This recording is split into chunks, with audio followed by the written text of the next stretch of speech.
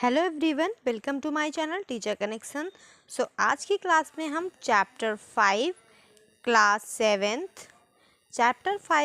Seventh NCERT science discuss करेंगे। तो आज का चैप्टर हमारा 5 है। अब तक हमने 4 चैप्टर कंप्लीट कर लिए हैं। अगर आपने 4 चैप्टर नहीं देखे हैं तो आपको लिंक डिस्क्रिप्शन बॉक्स में मिल जाएगा। इसी के साथ साथ हमने क्लास 6 की एनसीईआरटी भी फुल कंप्लीट कर ली है चैप्टर वाइज। उसके साथ ही हमने समरी को अलग से दो पार्ट में डिस्कस किया है, तो वो सारे वीडियो की लिंक डिस्क्रिप्शन बॉक्स में मिल जाएगी। इसी के साथ साथ आपको प्लेलिस्ट का लिंक भी मिल जाएगा, जिससे आप अच्छे से उन वीडियोस को देख सकते हैं और अपने seated exam, other teaching exams में उसका फ़ायदा उठा सकते हैं। तो चलिए स्टार्ट करते हैं आज की क्लास। तो आज की क्लास में हम कौन कौन से टॉपिक डिस्कस करने वाले हैं। तो हमारा फर्स्ट टॉपिक रहेगा भौतिक परिवर्तन और हमारा जो सेकंड टॉपिक रहेगा रासायनिक परिवर्तन। तो इस क्लास में हम 2 टॉपिक डिस्कस करेंगे, भौतिक परिवर्तन कैसे होता है और रासायनिक परिवर्तन कैसे होता है। और फिर नेक्स्ट पार्ट में हम पार्ट 2 में इसके आगे के जो पार्ट होंगे, उनको आगे के जो टॉपिक होंगे उसको नेक्स्ट पार्ट में डिस्कस करेंगे, जिसमें कौन सा टॉपिक आएगा हमारा लोहे में जंग लगना। ये हमारा नेक्स्ट वीडियो का टॉपिक रहेगा। और इसके साथ ही रहेगी समरी।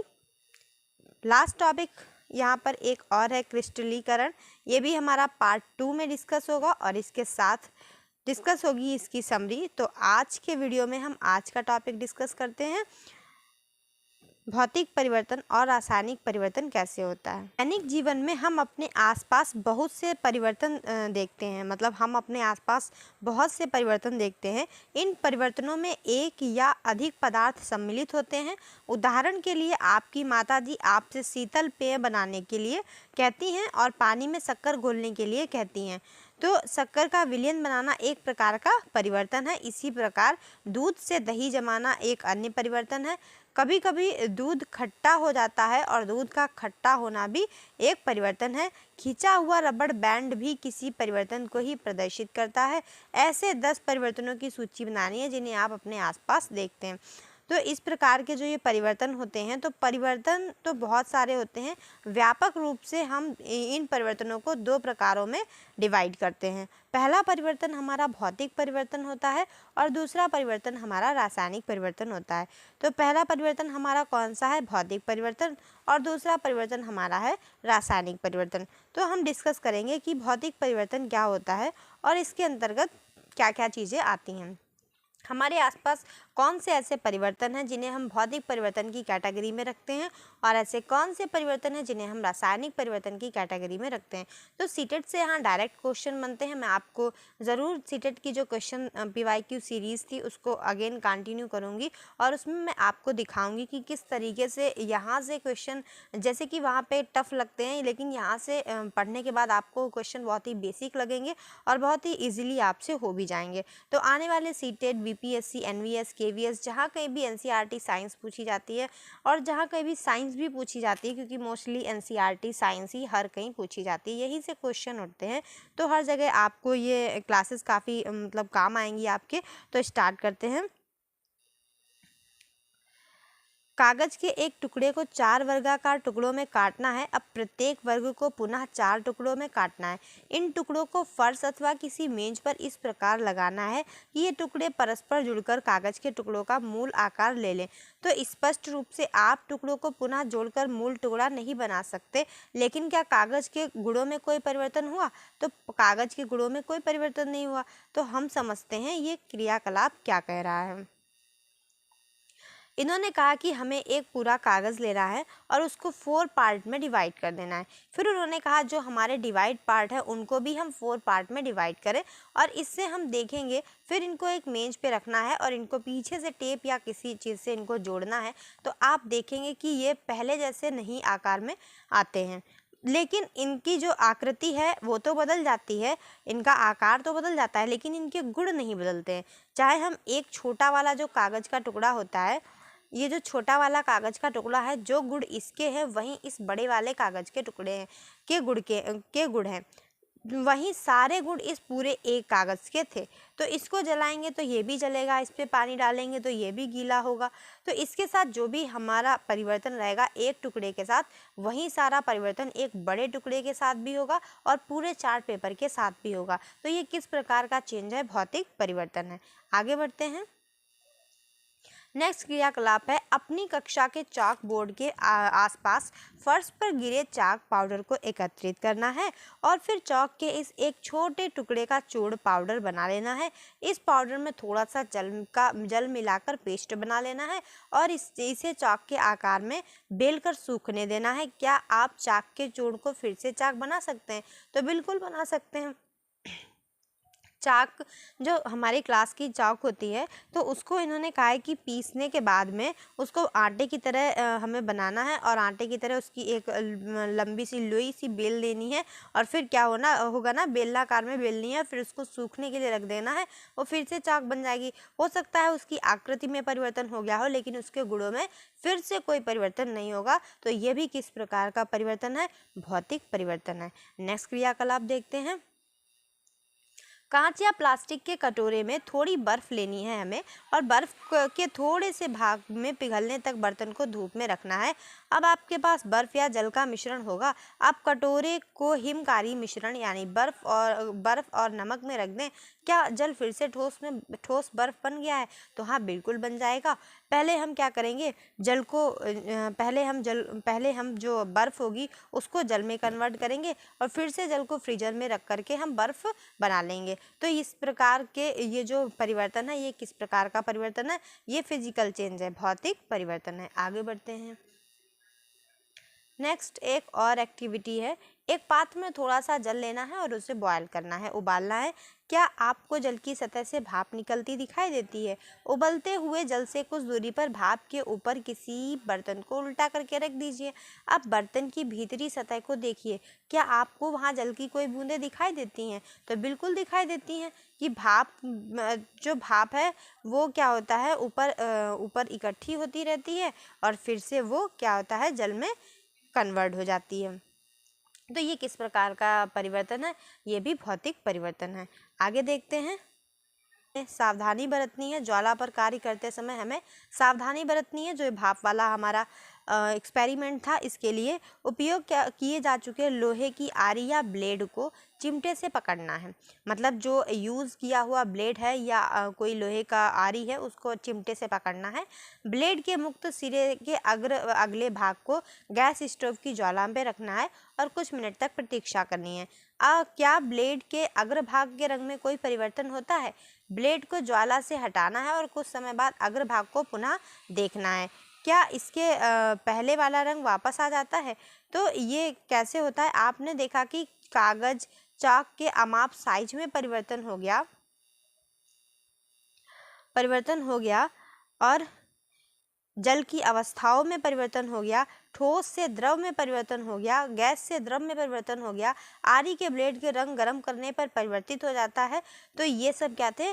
भौतिक परिवर्तन थे। अब इनकी जो एक प्रॉपर डेफिनेशन है वो ये है कि पदार्थ के आकार, आमाप मतलब उसकी जो साइज है, रंग और अवस्था जैसे गुण उसके भौतिक गुण कहलाते हैं। किसी भी पदार्थ का आकार, उसका साइज, उसका रंग, उसकी अवस्था जैसे गुण उसके भौतिक गुण कहलाते हैं। वह परिवर्तन जिसमें किसी पदार्थ के भौतिक गुणों में परिवर्तन हो जाता है उसे भौतिक परिवर्तन कहते हैं। वह परिवर्तन जिसमें किसी भी पदार्थ के भौतिक गुणों में परिवर्तन हो जाता है उसको हम क्या कहते हैं? भौतिक परिवर्तन कहते हैं। तो इन्होंने बताया कि जो भौतिक परिवर्तन होते हैं वो सामान्यतः उत्क्रमणीय होते हैं। मतलब इनको फिर से उसी अवस्था में वापस लाया जा सकता है। ऐसे परिवर्तन में कोई नया पदार्थ नहीं बनता है। मतलब जो हमारे भौतिक परिवर्तन होते हैं इसमें कोई भी नया पदार्थ नहीं बनता है और ना ही कोई गुण चेंज होता है। तो ये इन्हें फिर से वापस उसी आकार में लाया भी जा सकता है। अब हम पढ़ेंगे रासायनिक परिवर्तन क्या होते हैं। तो रासायनिक परिवर्तन क्या है? लोहे में जंग लगना एक ऐसा परिवर्तन है जिसे आप भली भांति परिचित हैं। तो लोहे में जंग लगने के लिए तो आपने अपने घरों में ही देखा होगा। यदि आप लोहे के एक टुकड़े को कुछ दिनों के लिए खुले में छोड़ दें तो इस पर क्या होता है? भूरे रंग का एक पदार्थ की एक परत जम जाती है। तो अभी आपने देखा कि जो हमारा भौतिक परिवर्तन था, इसमें कोई भी नया पदार्थ नहीं बनता है और ना ही पदार्थ के गुण चेंज होते हैं। लेकिन जैसे ही आप रासायनिक परिवर्तन में आए, आपने देखा कि लोहे पर जंग लगती है, हवा और नमी के संपर्क में आने के बाद खुले में जंग लगती है। और जंग कैसा पदार्थ है? जंग एक नया पदार्थ है। लोहे पर लगी जंग लोहा नहीं है, एक नया पदार्थ है। तो इस पर भूरे रंग के पदार्थ की एक परत जम जाती है और यह पदार्थ जंग कहलाता है। यह प्रक्रिया जंग लगना कहलाती है। तो पार्क अथवा लॉन आदि में लोहे के दरवाजे, बगीचे और पार्क आदि में रखी लोहे की बेंच और लोहे की लगभग कोई भी वस्तु हो जो खुले में रखी रहती है, उसमें क्या होता है? जंग लग जाती है। आपने देखा होगा तो जिस तरीके से इसमें एक दिखाई भी गई है, छत पे बहुत सारा सामान है, जो लकड़ी का सामान है उसे छोड़कर आप लोहे के हर सामान में देखेंगे कि जंग लगी रहती है। जो मकान बनते हैं तो ये इसमें से सरिया निकले रहती हैं लोहे की छड़ टाइप में, तो इन पे भी देखिए जंग लगी है। यहाँ टेबल, चेयर, जितना भी लोहे का मटेरियल है उसमें सब में इस प्रकार की जंग लगी है, जिसको एक चित्र में दिखाया गया है। आगे देखते हैं, घर में रखी कुल्हाड़ी, हथौड़ा आदि को भी अगर वायु के संपर्क में कुछ दिन खुला रख देते हैं तो उनमें भी जंग लग जाती है। रसोई में भी लोहे का गीला तवा कुछ समय तक खुला छोड़ देने पर भी उसमें क्या होता है? जंग लग जाती है। जंग लोहा नहीं है, जंग उस पदार्थ लौह से भिन्न है, मतलब जंग लोहे से अलग है जिस पर यह लगती है। तो ऐसे परिवर्तन क्या होते हैं? रासायनिक परिवर्तन कहलाते हैं। आगे देखते हैं, तो ये शिक्षक द्वारा निर्देशित एक क्रियाकलाप है जो कि बहुत ही सावधानी से करना है क्योंकि ये ज्वलनशील है। मैग्नीशियम के जलते हुए फीते अथवा तार की लंबी अवधि तक देखना हानिकारक होता है। तो यहाँ पे ये मैग्नीशियम की पतली पट्टी देखनी है जो कि ज्वलनशील है, उसको ज़्यादा देर तक नहीं देखना है। शिक्षकों को बच्चों को बताना चाहिए कि वे जलते हुए मैग्नीशियम की ओर अधिक समय तक टकटकी लगाकर ना देखें। आगे बढ़ते हैं,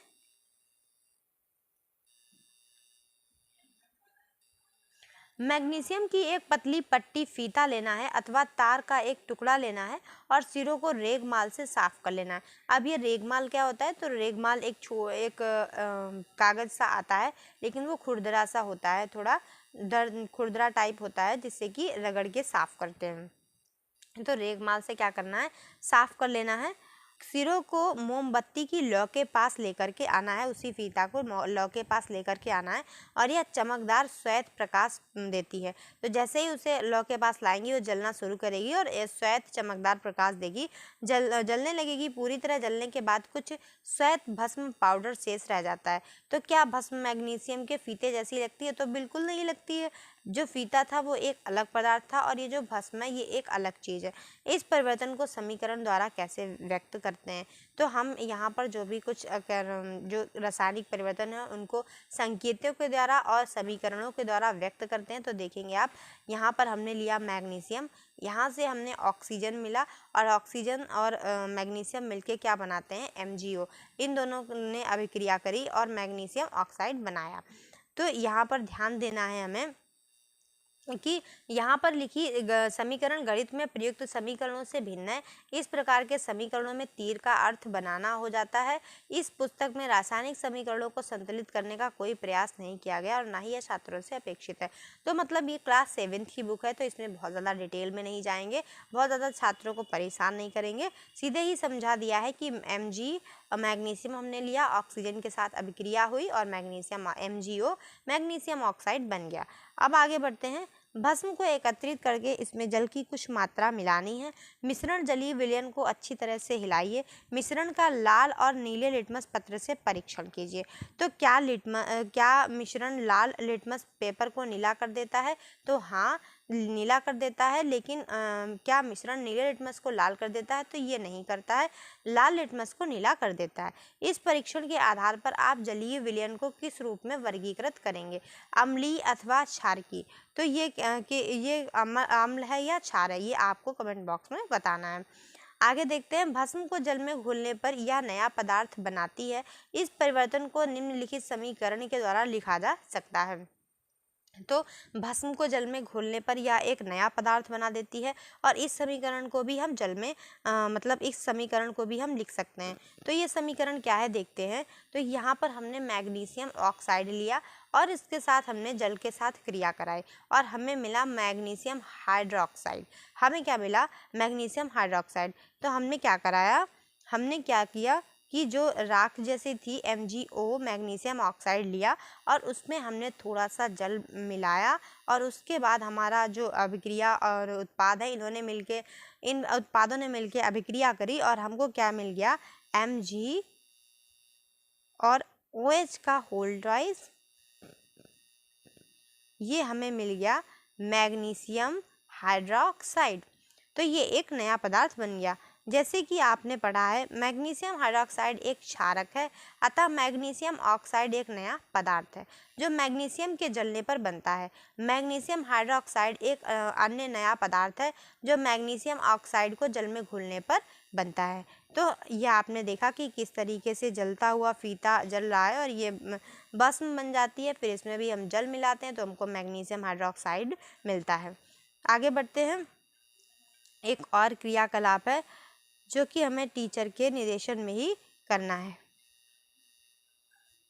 शिक्षक द्वारा निर्देशित किए जाने पर करना है। कांच के एक गिलास या कटोरी या अथवा चौड़े मुंह की बोतल में लगभग आधा कप पानी लेकर उसमें 1 चम्मच कॉपर सल्फेट नीला थोथा जिसे बोलते हैं उसको घोल लेना है। इस विलयन में तनु सल्फ्यूरिक अम्ल की कुछ बूंदें हमें डाल देनी है और आपको नीले रंग का विलयन मिल जाएगा। एक परख नली अथवा कांच की छोटी बोतल में विलयन का थोड़ा सा नमूना बचा लेना है। शेष विलयन को एक कील अथवा उपयोग किए जा चुके ब्लेड का टुकड़ा डाल देना है और आधे घंटे तक हमें प्रतीक्षा करनी है। अब देखना है कि विलयन के रंग में क्या परिवर्तन होता है। इसकी तुलना अलग से बचाए गए नमूने वाले विलयन के रंग से करनी है। तो इस तरीके से हम इसको देखेंगे। तो यहाँ पर इन्होंने बताया है कि हमें कॉपर सल्फेट ले लेना है, उसका विलयन ले लेना है और इसमें कुछ बूंदें जो हैं सल्फ्यूरिक अम्ल की डालनी है, ये हो जाएगा नीला। फिर हमें इस तरीके का एक ब्लेड लेना है और जो कि हमें इसमें डालना है और जब हम ब्लेड डाल देंगे तो ये आयरन सल्फेट हो जाएगा और यहाँ पर ये जो जल का कलर है वो हरा हो जाएगा। और इन्होंने कहा है कि एक परख नली में हमको थोड़ा सा जल जो है टेस्ट ट्यूब में बचा लेना है ये वाला, और फिर उसके बाद इसी जल में हमको ये ब्लेड डालना है और तब ये कलर इस तरीके का हो जाएगा और ब्लेड पे ये आयरन हो जाएगा। जो ब्लेड पे ब्राउन कलर का जो पदार्थ दिख रहा है ये आयरन है जो कि इस पे जम जाएगा। तो लोहे के साथ अभिक्रिया के कारण कॉपर सल्फेट विलयन के रंग में क्या हो गया? परिवर्तन हो गया। क्या आपको विलयन के रंग में कोई परिवर्तन दिखाई देता है? तो हाँ, विलयन का रंग नीले से हरा हो गया। कील अथवा ब्लेड को बाहर निकालिए, इसमें कोई परिवर्तन दिखाई देता है? हाँ, जो ब्लेड होता है उस पर क्या होता है? भूरे रंग का पदार्थ की परत जमा हो जाती है। तो आपको जो परिवर्तन दिखाई देते हैं वे कॉपर सल्फेट और लोहे के बीच अभिक्रिया के कारण होते हैं। विलयन के रंग का नीले से हरा हो जाना एक नए पदार्थ का क्या करता है? एक नए पदार्थ आयरन सल्फेट के बनने के कारण होता है। तो ये सब रासायनिक परिवर्तन में यही सबसे बड़ा अंतर है भौतिक और रासायनिक परिवर्तन में, कि भौतिक परिवर्तन में जहाँ पर जो कि कोई पदार्थ के गुणों में पदार्थ के गुणों में कोई चेंज नहीं होता है, कोई नया पदार्थ नहीं मिलता है, वैसे ही यहाँ पर जब हम रासायनिक परिवर्तन में आते हैं तो यहाँ पर एक न्यू पदार्थ बनता है और यहाँ पर क्या होता है? अभिक्रिया होती है और हमें अलग से एक नया उत्पाद मिलता है। तो यही होता है रासायनिक परिवर्तन। तो लोहे की कील पर जो भूरा निक्षेप है वो कॉपर या तांबे की परत के कारण होता है जो एक अन्य नया पदार्थ है। इस अभिक्रिया को हम निम्न प्रकार के समीकरण से भी व्यक्त कर सकते हैं। तो आप देखेंगे कि हमने क्या लिया? Cu कॉपर सल्फेट CuSO4 हमने लिया कॉपर सल्फेट जिसको हम बोलते हैं नीला थोथा प्लस लोहा लिया Fe और फिर हमें क्या मिला? हमें मिला FeSO4। हमें क्या मिला? FeSO4 आयरन सल्फेट का विलयन मिला प्लस हमें मिला कॉपर का भूरा निक्षेप। तो ये हमारा गणितीय समीकरण के रूप में हो गया। हमने लिया कॉपर सल्फेट का विलयन, उसके हमने क्रिया कराई आयरन के साथ में और तब हमें मिल गया आयरन सल्फेट और कॉपर हो गया ब्लेड पर भूरा निक्षेप। तो इस तरीके से हमने इतने सारे क्रियाकलाप देखे। आपको समझ में आए होंगे तो वीडियो को लाइक कर दीजिए, चैनल को सब्सक्राइब कर लीजिए और अपने फ्रेंड्स के साथ शेयर कर दीजिए।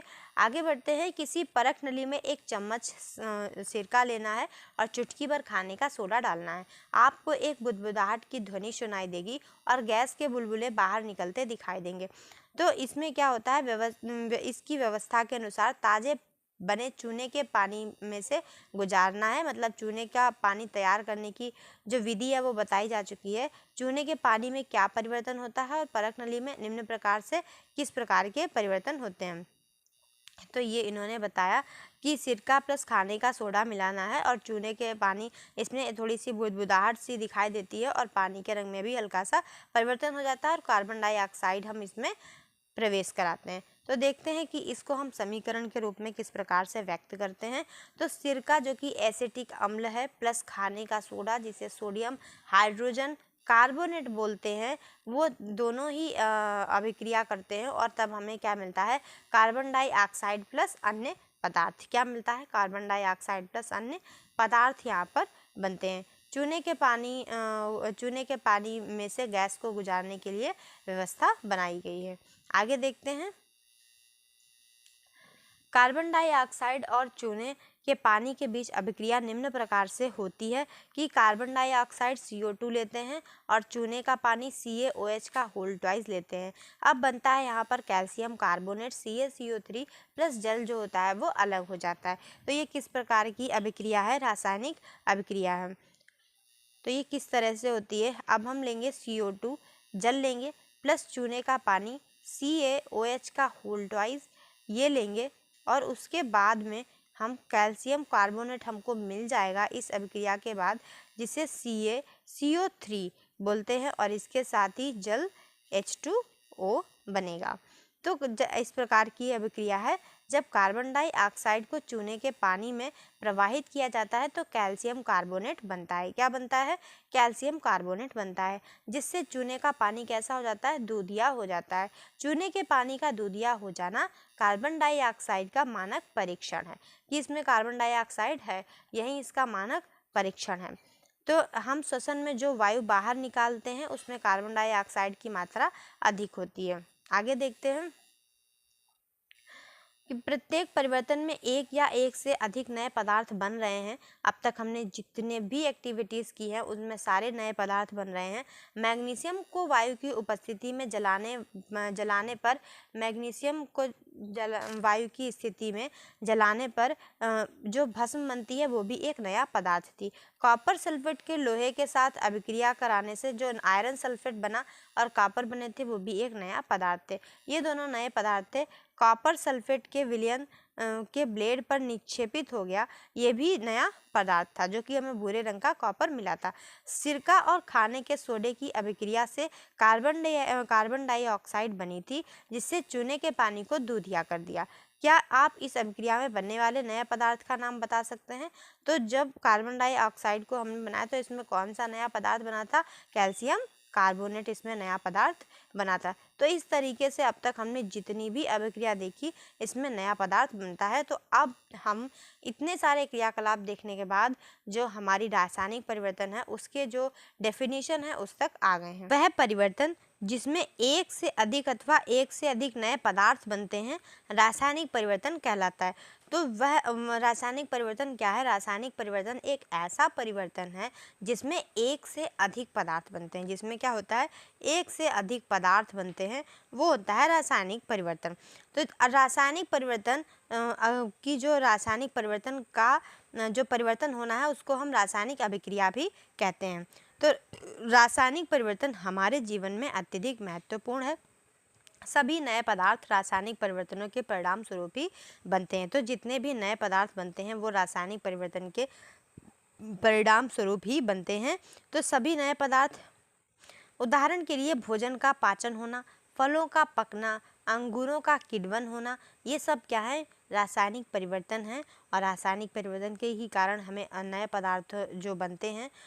तो औषधि भी रासायनिक अभिक्रियाओं की ही श्रृंखला है। तो जितनी भी ये दवाइयाँ होती हैं ये भी हमारे रासायनिक परिवर्तन की श्रृंखला हैं। इनमें भी रासायनिक परिवर्तन होता है। तो बहुत सारे और अन्य उत्पाद हैं जिनमें रासायनिक परिवर्तन होता है। उपयोगी नए पदार्थ जैसे कि प्लास्टिक हमें रासायनिक परिवर्तन से मिला। अपमार्जक, डिटर्जेंट रासायनिक अभिक्रियाओं के द्वारा ही बनाए जाते हैं। वास्तव में प्रत्येक नए पदार्थ की खोज रासायनिक परिवर्तनों का अध्ययन करके ही की गई है। हमने देखा है कि रासायनिक परिवर्तन में एक से अधिक नए पदार्थ निर्मित होते हैं। नए उत्पादों पदार्थों के अतिरिक्त रासायनिक परिवर्तन में निम्न घटनाएं भी हो सकती हैं। यहाँ पर निम्न घटनाएं भी घटित होती हैं, जैसे कि ऊष्मा, प्रकाश अथवा किसी अन्य प्रकार के विकिरण। उदाहरण के लिए परावैंगनी का निर्मुक्त होना, बाहर निकलना, उनको अवशोषित होना, ध्वनि का उत्पन्न होना, गंध में परिवर्तन होना, किसी नई गंध का बनना, रंग में परिवर्तन होना, किसी गैस का बनना। तो ये सब क्या है, और कई घटनाएं भी हैं रासायनिक परिवर्तन के दौरान होती हैं। अब हम कुछ और एग्जाम्पल देखते हैं कि मैग्नीशियम के फीते का जलना एक रासायनिक परिवर्तन है। कोयला, लकड़ी अथवा पत्तियों का जलना भी रासायनिक परिवर्तन है। वास्तव में हम किसी भी नए पदार्थ का जलना एक रासायनिक परिवर्तन है। जलने के साथ सदैव ऊष्मा का उत्पादन होता है। तो जब भी कोई चीज़ जलती है, आप सबको पता है, ऊष्मा का उत्पादन होता है। पटाखों का विस्फोट एक अन्य रासायनिक परिवर्तन है। आप जानते हैं कि ऐसे विस्फोट से ऊष्मा, प्रकाश और ध्वनि और अरुचिकर गैसें तीनों चीज़ें उत्पन्न होती हैं। जो पटाखे वगैरह विस्फोटक पदार्थ होते हैं, इसमें एक अलग प्रकार की रासायनिक प्रक्रिया होती है और इसमें ऊष्मा भी उत्पन्न होती है, प्रकाश भी उत्पन्न होता है और ध्वनि भी उत्पन्न होती है और अरुचिकर गैसें भी उत्पन्न होती हैं जो वायुमंडल को प्रदूषित करती हैं। इसीलिए आपको पटाखे न जलाने की सलाह दी जाती है। जब भोजन सामग्री बासी हो जाती है, मतलब सुबह रात का खाना सुबह या सुबह का खाना रात में बासी हो जाती है अथवा सड़गल जाती है, तो उसमें से दुर्गंध आने लगती है। और इसे भी हम इस प्रकार के परिवर्तन को भी हम क्या कहेंगे, रासायनिक परिवर्तन ही कहेंगे। तो सुरक्षात्मक एक आवरण होता है हमारे वायुमंडल में। आपने वायुमंडल में ओजोन परत के बारे में सुना ही होगा। तो ओजोन परत क्या होता है, हमारे लिए सुरक्षात्मक आवरण है। यह हमें सूर्य के प्रकाश में उपस्थित हानिकारक परावैंगनी विकिरणों से बचाती है। ओजोन परावैंगनी विकिरण को क्या कर लेती है, अवशोषित कर लेती है और ऑक्सीजन में परिणित हो जाती है। ऑक्सीजन ओजोन से भिन्न होती है। क्या हम ओजोन के अपघटन को रासायनिक परिवर्तन कह सकते हैं? तो हम कह सकते हैं, और ये भी रासायनिक परिवर्तन है। यदि हम ओजोन द्वारा परावैंगनी विकिरण को अवशोषित नहीं होती तो वह पृथ्वी की सतह पर पहुंचकर हमें और अन्य जीवों को भी हानि पहुंचा देती। ओजोन इस विकिरण से हमें सुरक्षा प्रदान करने में प्राकृतिक आवरण की तरह कार्य करती है। तो ओजोन परत के बारे में भी हमने पढ़ा। संभवतः आपने देखा कि यदि सेब को काटने के बाद तत्काल ना खाया लिया जाए तो उसके कटे हुए टुकड़े भूरे रंग के हो जाते हैं। तो ये भी रासायनिक परिवर्तन है। यदि आपने रंग में परिवर्तन नहीं देखा है तो किसी सेब का एक टुकड़ा काटिए और कुछ देर तक ऐसे ही छोड़ दीजिए। इस प्रकार का क्रियाकलाप आलू अथवा बैंगन के टुकड़े के साथ भी कर सकते हैं। इन सब के रंग में परिवर्तन आ जाएगा। वास्तव में किसी नए पदार्थ अथवा पदार्थ से बनने के कारण यह परिवर्तन है। क्या यह परिवर्तन रासायनिक परिवर्तन नहीं है? तो ये परिवर्तन रासायनिक परिवर्तन है। ठीक है, तो यहाँ तक हमने बहुत अच्छे से पढ़ा। ये चैप्टर काफ़ी लेंदी है तो इनमें काफ़ी टाइम लगता है, लेकिन यहाँ से क्वेश्चंस ज़रूर बनते हैं। भौतिक एवं रासायनिक परिवर्तन, ये हमारा पार्ट 1 है। आई होप आपको पूरी क्लास अच्छी लगी होगी, और अगर आपको वीडियो अच्छी लगी है तो आप चैनल को सब्सक्राइब कर लीजिए, लाइक कर दीजिए और अपने दोस्तों के साथ शेयर कर दीजिए। मिलते हैं नेक्स्ट पार्ट में। Thanks for watching.